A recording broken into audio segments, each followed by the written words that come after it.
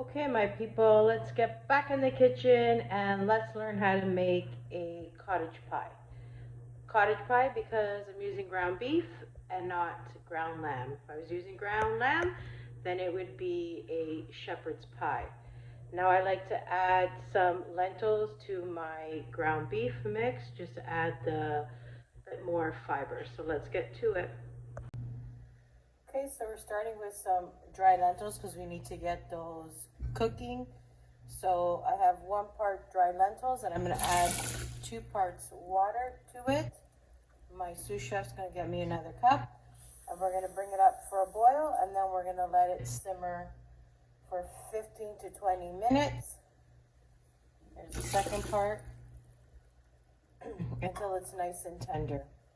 So we're going to get that going. Okay, so while my lentils are going to come up for a boil, I'm going to start by peeling my potatoes. I know some people have a preference over what potatoes they like to use. I use whatever I have on hand. Go ahead and use your own favorite potato. So I'm actually using yellow potatoes, and actually I have some white potatoes that I'm going to be combining together to make the potato part for our cottage pie. So I'm just going to peel up my potatoes. I think I have about 10, and I'm going to boil them. Okay, so I've peeled my potatoes and I've cut off any bad parts, and I'm going to just cut them up so they boil faster.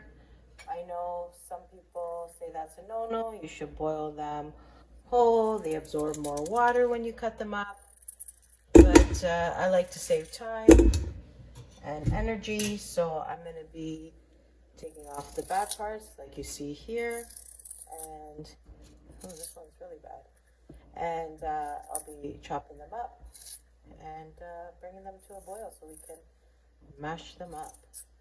So that's what I'm doing. My lentils are boiling. They're getting nice and soft. And then we're gonna, this one is really bad. And then we're gonna head off and we're gonna start the meat mixture. Okay, so I'm just gonna keep on with these potatoes. Not happy with this one at all. Now it looks good.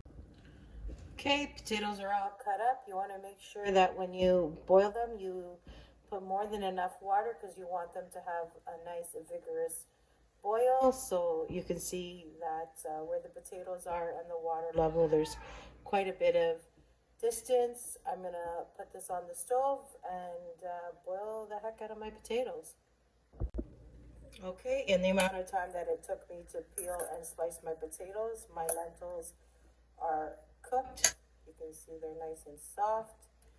So I'm just going to let them cool off for a little bit. Not that that's necessary, but I'm not ready for them yet because I got to start cooking my ground beef before I add them into the mixture. Okay, so I have just over a pound of ground beef that I'm going to be smushing up, and I'm going to let it start cooking. I pulled this out of the freezer this morning. As you can see, it's not all the way thawed, but that's okay. As it heats up slowly, it's gonna cook. It's not gonna be a problem. So we're just gonna keep doing that. So let me know what you think. I won this thing from Pampered Chef because I had purchased some seasoning and my name got put in a draw, and I won this thing. So it's supposed to be good for pulling apart your meat or mashing potatoes and whatever else. I'm not 100% sold on it, but let me know what you think if you own one of these, if you like it or not. Don't forget to comment. Okay, as you can see, the meat is starting to cook. I was able to break it down. It wasn't a problem. I'm going to start seasoning with just a basic seasoning of salt and pepper for now while it's cooking. So I'm going to give it a generous helping of salt because you want your food to have flavor. That's just my opinion. You go ahead and season it the way you want. I'm going to let it cook for a little bit, and then I'm going to add some fresh onion and garlic to the mix.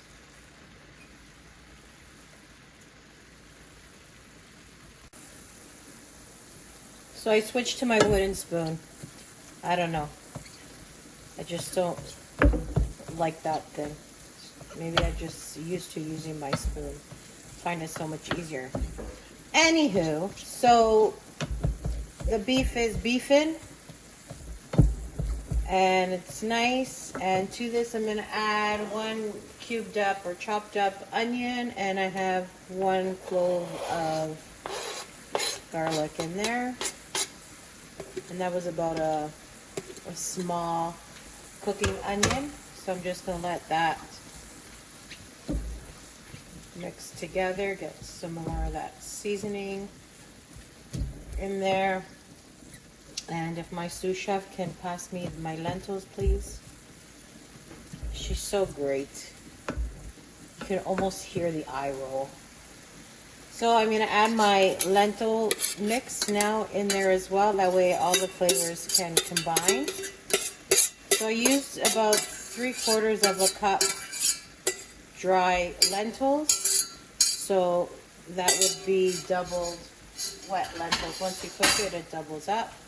So you're adding more protein, you're adding more fiber to it. You can just do lentils if you want. You could just do the beef if you want. I like to mix it up a little bit. So there we go. We're going to let that cook, and I'm going to add a little bit more flavor to it as it continues to cook. Okay, to this I'm going to add some of my grated frozen carrots. I mentioned in a past video where I had a bunch of carrots and they were starting to turn, so my daughter had a brilliant idea to grate them and freeze them for whenever I need them. So I just add them to soups and stews and whatever else. I'm also going to put in some nice celery, you know, all that inner piece where it's very leafy. I don't know about your family, but my family doesn't like to eat it. So I'm going to add it in for some extra flavor, and we're just going to let that continue to cook down. I have some beef broth that I need to use up, so I'm going to pour some of that beef broth in now and just let it continue cooking. You can use bouillon cube, you can use beef broth, you can use whatever you like, just to give it that extra tinge of flavor, some seasoning. You can make it into a gravy first if you like, thicken it up, make a roux, thicken it up, pour it in if you like your base to be a little bit more creamier. We're just going to use it as is. I'm just going to get that to all cook. Our potatoes are nicely boiling. They're going to be ready soon. So we're well on our way. Okay, the last thing I'm going to add to this is some frozen corn, about that much, and some frozen peas, about that much. You can go ahead and add whatever veggies you like.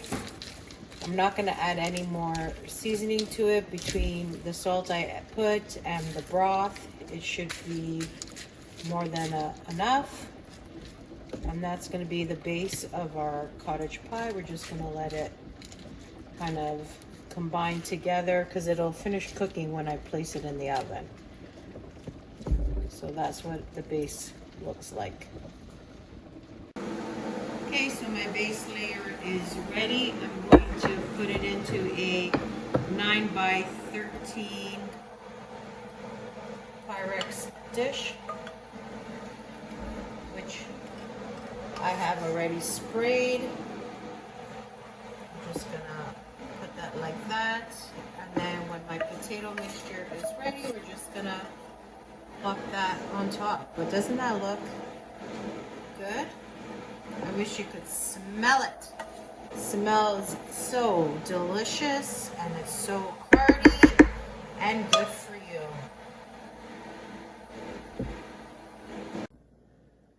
Okay, so the potatoes are ready. I've already drained them. My sous chef is gonna start mashing them. And there she goes, and I'm gonna season it as she starts that. Okay, we're gonna add salt, like that. White pepper, because we don't want to see black flakes in our potato. And then this is one of the seasonings that I told you that I bought from Pampered Chef, where I got that thing. So this is the garlic parmesan seasoning. And actually this one is a game changer for me. So I'm gonna add some of that in there. Like so. Okay, a nice thick pad of butter. I don't know how much that is. It's about that much. It's gonna melt nicely with the warm potatoes. And a little bit of milk. You can go ahead and add cream if you have cream. I don't usually have cream on hand. Also, if you have sour cream, that also works well in there. I use the last bit up to make my sour cream chocolate chip cookies, which are divine. So check out that video. And how's it going? How's your arm? It's fine. It's fine. With an eye roll. I wish you guys could really hear that eye roll. She's smiling because she knows it's true. Potatoes look divine. We're gonna switch this out and put our base back. And now we're gonna add our potato mixture on top. And just kind of flatten it out as you go.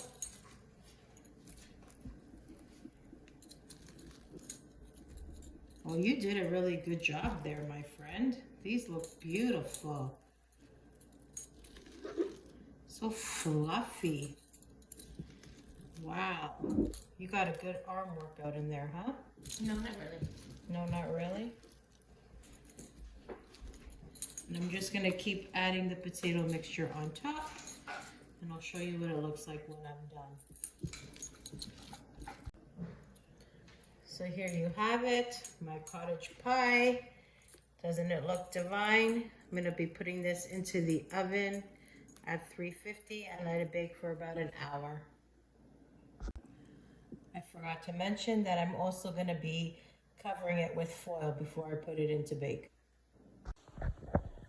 Okay, so it's been in for an hour. Moment of truth. Look at that. Doesn't that look beautiful? But now we're gonna add some thinly sliced provolone cheese on top. And I'm gonna put it back in the oven and let that get a nice crusty, cheesy top to our cottage pie. So just gonna keep putting on my provolone, because what's cottage pie without provolone? I don't know. Gotta Italianize something. All right, back in the oven she goes. Okay, here it is with the cheese all melted. My favorite part is the corner. I'm gonna pull that up. Oh, look at that. You got your meat, you got your cheese, you got your veggies. Look at that. That looks beautiful. I'm going to take a little bit more of that. I'm going to show you how beautiful this looks. Look at that. Gorgeous. Absolutely stunning. Now to try. Okay, the moment I've been waiting for. Gotta get a little bit of potato, a little bit of meat, a little bit of veggie. There we go. That's my bite. It's hot.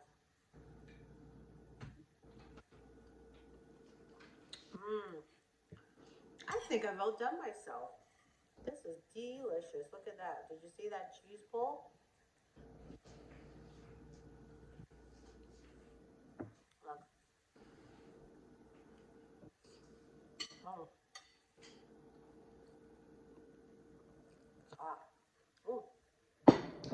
From our family to yours, we love you. Don't forget to like, subscribe. And I wanted to say we're at 501 subscribers, and I'm so excited, and I hope we can reach 1,000 soon. That's my goal right now. But anyways, have a fabulous day. We love you.